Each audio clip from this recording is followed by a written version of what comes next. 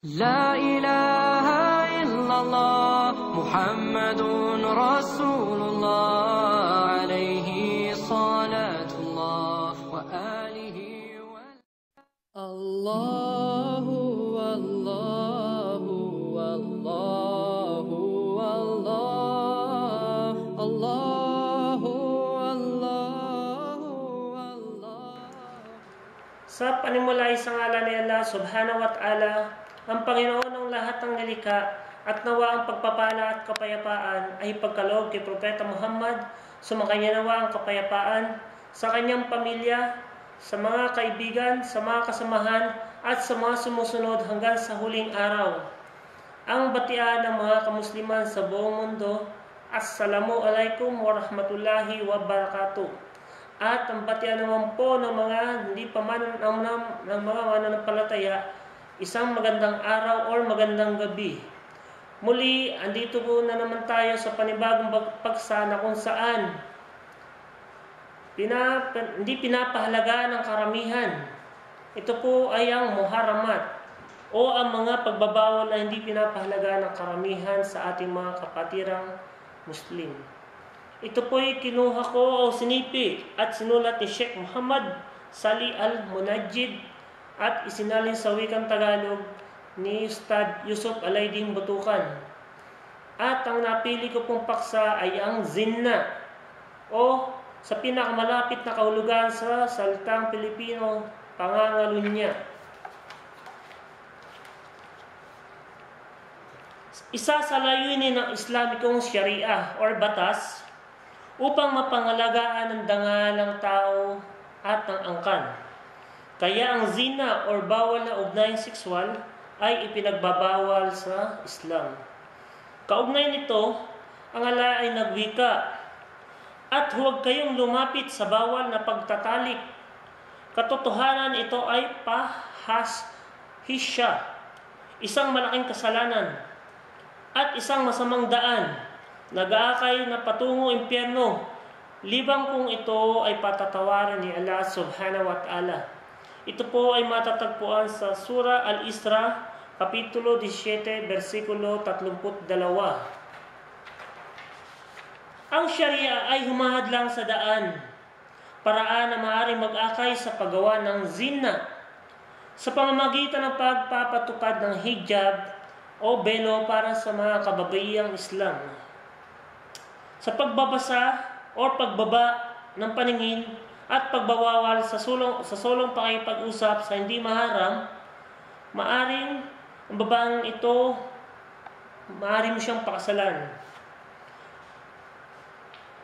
Ang may asawang lalaki na kagawa ng pakikiapid ay ginagawa ng matinding parusa. Pinapatay sa pamamagitan ng pagbato or pagbabato, stoning sa English, upang sa ganoon, kanyang malasap ang bunga ng kanyang ginagawa, at upang ang bawat bahagi ng kanyang katawan ay magdusa katulad ng pagpapasarap sa lahat na gawain.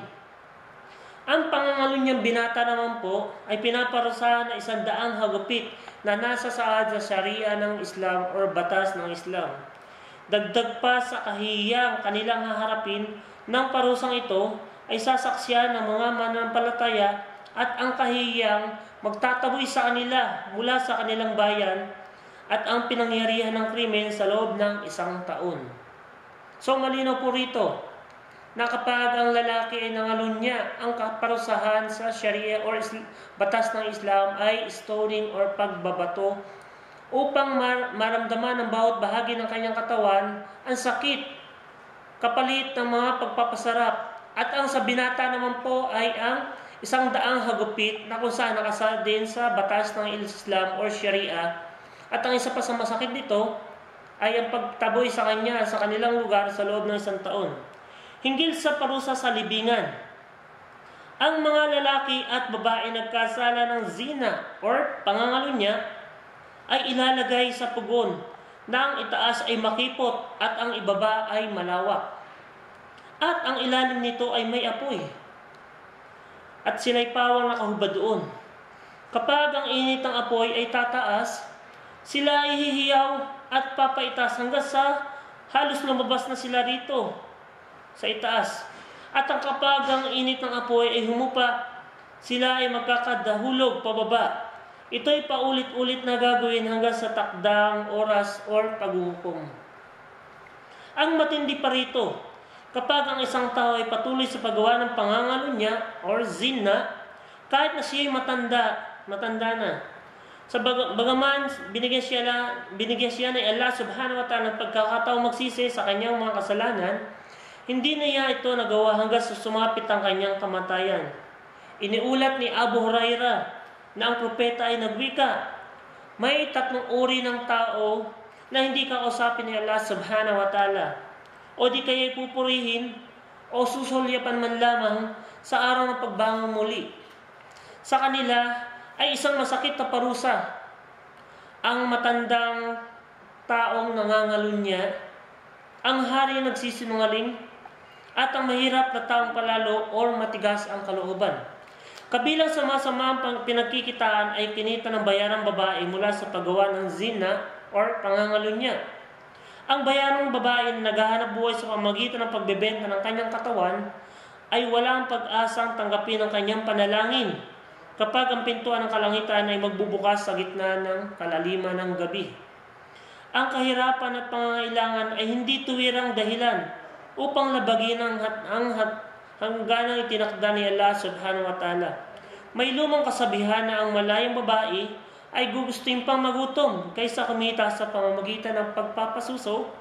Paano pa kaya ang kanyang masasilang bahagi ng katawan? Sa panahon ngayon, lahat ng pintuan ng imoralidad ay nakabukas. At ang syaitan o si Satanas at ang kanyang mga katulong ay ginagawa napakadali sa tao na gumawa ng kasalanan. Ito'y sinundan ng pagpapalaganap ng tabarajjuds. Walang pakundangan pagbibilad ng katawan. Ang pag-aalis ng belo or hijab ng mga kababaihan. Ang pagtingin sa mga bagay na hindi dapat tingnan. Ang laganap na pagsasama-sama ng lalaki at babae. Di mapigil ang pagdami ng mga immoral na babasahin at malaswang pelikula. Malimit ang paglalakbay sa mga bulok ng mga bansa, ang pagpapatayo ng mga bahay aliwan, ang pagtuloy pagyurak sa dangal at pagdami ng bilang ng mga anak ng pagkakasala at abortion. O Allah, hinihiling namin sa iyo, ipakita sa amin ang iyong habag. Pangalagaan kami laban sa mga imoralidad. Hinihiling namin ito sa iyo sa pagdilisaya ng aming mga puso at panatilihing malinis sa anumang sexual na pamuhay at pangalagaan namin ang anumang bagay na haram. Nawa ito'y magsilbing aral sa ating mga kapatirang Muslim at magbigay din ng kaalaman sa inyo sa mga hindi pa nakakaalam. Kahit tayo Muslim, tayo'y hindi pa sapat ang ating kaalaman. Kaya sa ganitong paksa kami nagbibigay ng paanyaya o pinapaalam namin sa inyo kung anong nararapat na hindi pinapahalagahan ng karamihan. Naway magsilbing aral din sa atin ang mga kaparusahang nakahanda, hindi lang dito sa lupa, bagkus sa araw ng paghuhukom. At maunawaan ng bawat isa sa atin. Ito'y isang malaking paalala sa akin at sa inyo sa mga kapatid sa pananampalatayang Islam. At muli, ako po'y namamaalam pansamantala at nag-iiwan ng paksa na kung saan naway bigyan natin ng halaga dahil hindi lamang ito sa kapanginabangan ko o sa kapanginabangan ng marami, bagkus sa kaligtasan sa paggawa ng kasalanan. At ako'y nagpapaalam sa inyo at nag-iiwan ng Assalamu alaikum wa rahmatullahi wa barakatuh.